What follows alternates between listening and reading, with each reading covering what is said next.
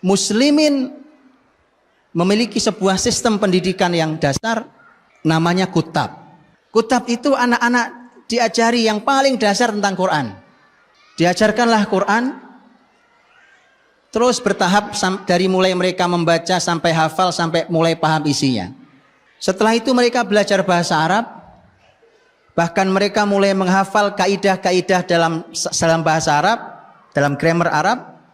Di antara yang mereka hafal adalah Alfiyah Ibnu Malik. Alfiyah Ibnu Malik 1000 bait, Alfiyah 1000 bait itu adalah grammar bahasa Arab. Jadi syair 1000 bait dihafal, itu dihafal oleh mereka. Jadi mereka menghafal grammar 1000 bait. Lu bisa bayangkan itu. Dan nampaknya itulah kunci kekuatan muslimin.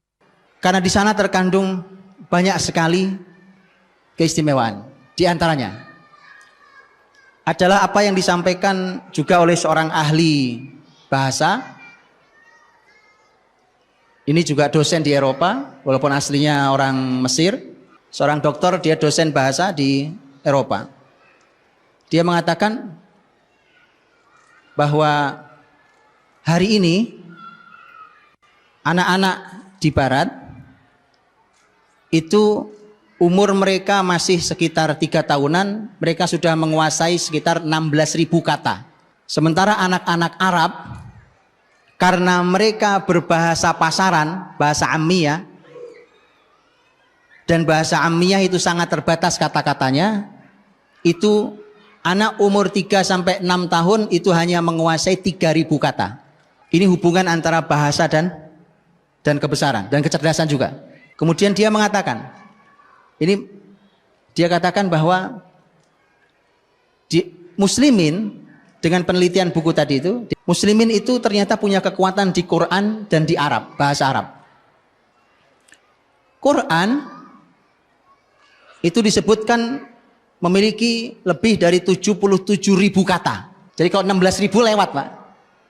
77.000 hampir, 77.500 hampir kata. Belum bahasa Arabnya. Belum dia kuasai grammar Arab tadi. Sehingga itulah yang disimpulkan oleh penelitian tadi, bahwa ternyata ini kekuatan muslimin itu. Nah, terus bagaimana caranya supaya mereka bisa menjajah? Maka perlahan tapi pasti 2 hal ini harus dihilangkan. Apa itu?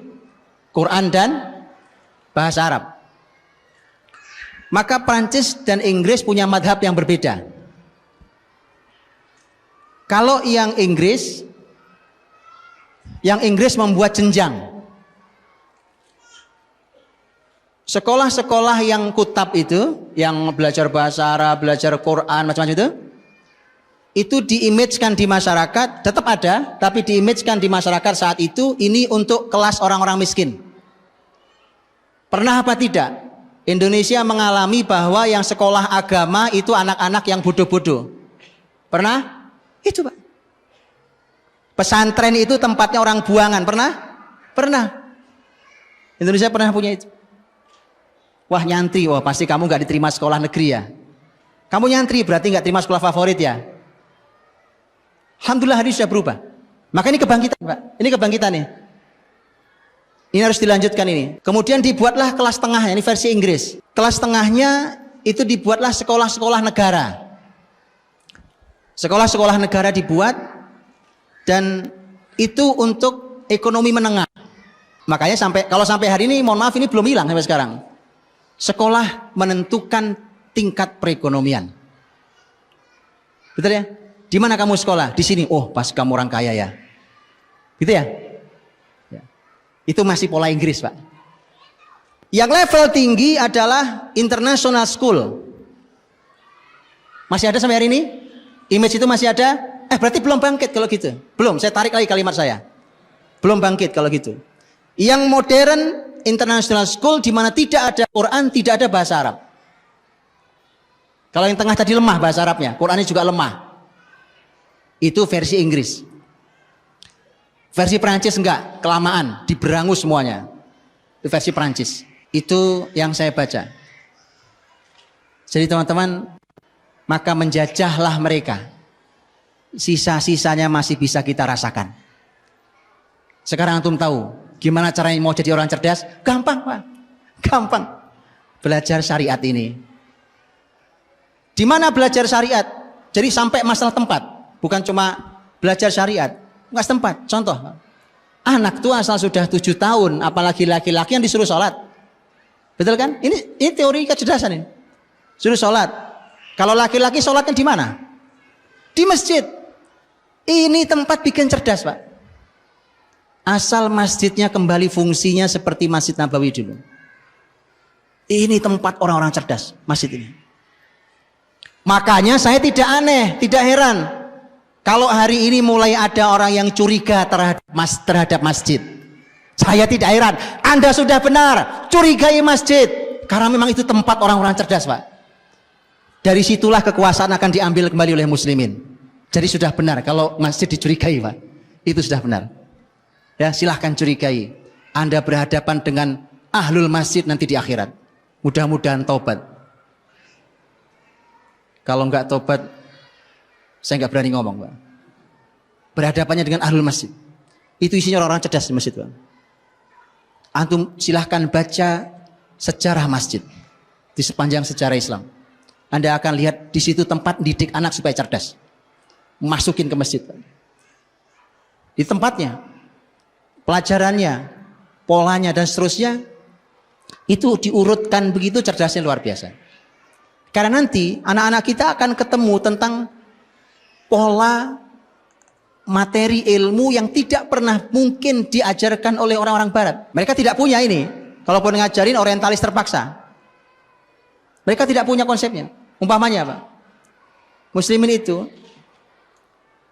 oleh para ulama dibuatkan konsep-konsep. Saya kasih contoh. Dan ini sebenarnya kalimat Imam Syafi'i sebenarnya. Beliau punya kalimat lengkap. Orang kalau belajar apa, belajar apa, dapat ilmunya, bukan ilmunya. Contohnya, orang belajar Quran, dia akan dapat kelembutannya. Orang-orang Quran itu lembut-lembut orangnya Pak. Orang belajar hadis, dia akan kuat hujahnya. Jadi kalau dia berargumentasi, orang mesti jungkir balik depan dia Pak. Mesti orang akan tersungkur kalah. Itu orang yang belajar hadis. Begitu seterusnya.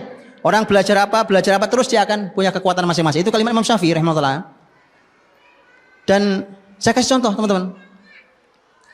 Kalau antum belajar umpamanya ilmu usul fikih, itu ulama membuatkan kaidah usul fikih.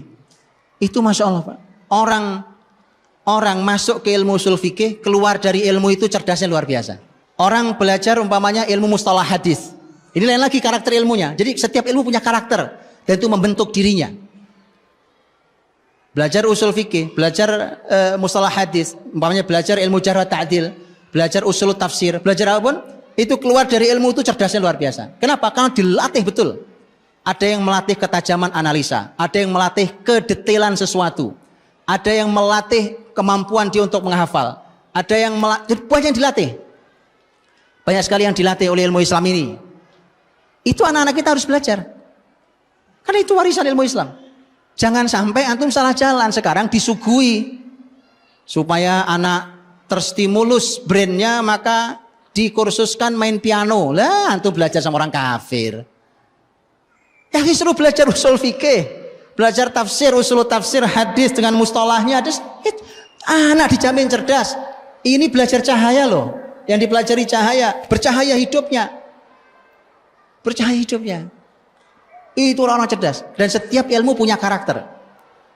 Orang tidak sadar bahwa terbentuklah karakter dirinya, terbentuklah kekokohan jiwanya. Orang dalam sejarah Islam itu memiliki kemampuan yang luar biasa di berbagai ilmu itu karena mereka belajar berbagai macam ilmu itu. Dan itu bagian dari yang harus dipelajari oleh muslimin, tentu di levelnya masing-masing. Levelnya yang jadi ulama dengan yang tidak jadi ulama, levelnya beda kedalamannya, tapi belajar. Gitu ya, belajar. Antum tahu. Nah, masalahnya hari ini asal belajar apa nih? Belajar mustalah hadis. Wah, anak saya nggak mau jadi ustadz, toh Pak. Dulu, sekarang udah lumayan. Dulu Quran gitu, ngafal Quran. Anak ibu, bapak ibu harus baca hafal Quran. Dia bilangnya, wah anak saya nggak mau jadi ahli tafsir, oh, Pak, maunya jadi arsitek kok. Itu saking sudah begitu serangan Barat itu sudah luar biasa dalam diri kita. Tapi alhamdulillah sudah mulai berubah hari ini. Sudah mulai berubah. Berarti sudah bangkit lagi ya. Saya balikin lagi kalimatnya. Bangkit lagi berarti. sebagai penutup, teman-teman. Jadi apa yang yang diberikan alurnya oleh syariat kita inilah tanpa menggunakan teori panjang lebar. Kalau yang babnya keturunan, karena memang kalau di dalam penelitian-penelitian yang dilakukan hari ini pun, bahkan dilakukan di zaman sebelum kita ini pun, bahkan orang-orang barat pun melakukan penelitiannya, ternyata keturunan memang punya, dan itu dalam Islam juga sama, bahwa keturunan itu ternyata memang punya jejak yang dalam, diantaranya tentang tema kecerdasan, kemampuan mengingat, kemampuan menghafal, memahami. Itu ternyata ada yang sifatnya turunan. Tapi kalau yang sifatnya turunan, itu kan kita nggak bisa protes, Pak. Ya, masa antum pengen balik lagi kan nggak bisa. Ternyata muslimin, Allah Maha Adil. Keturunan itu bukan segala-galanya. Karenanya kemudian muslimin itu diberikan pola tentang pembelajaran syariatnya. Sudahlah, makanya meyakini itu, ya. Jadi kalau tadi saya sampaikan, kenapa kemudian hilang kutab itu karena memang rekayasa Inggris Prancis. Karena mereka tahu ternyata itu sumber kekuatan muslimin.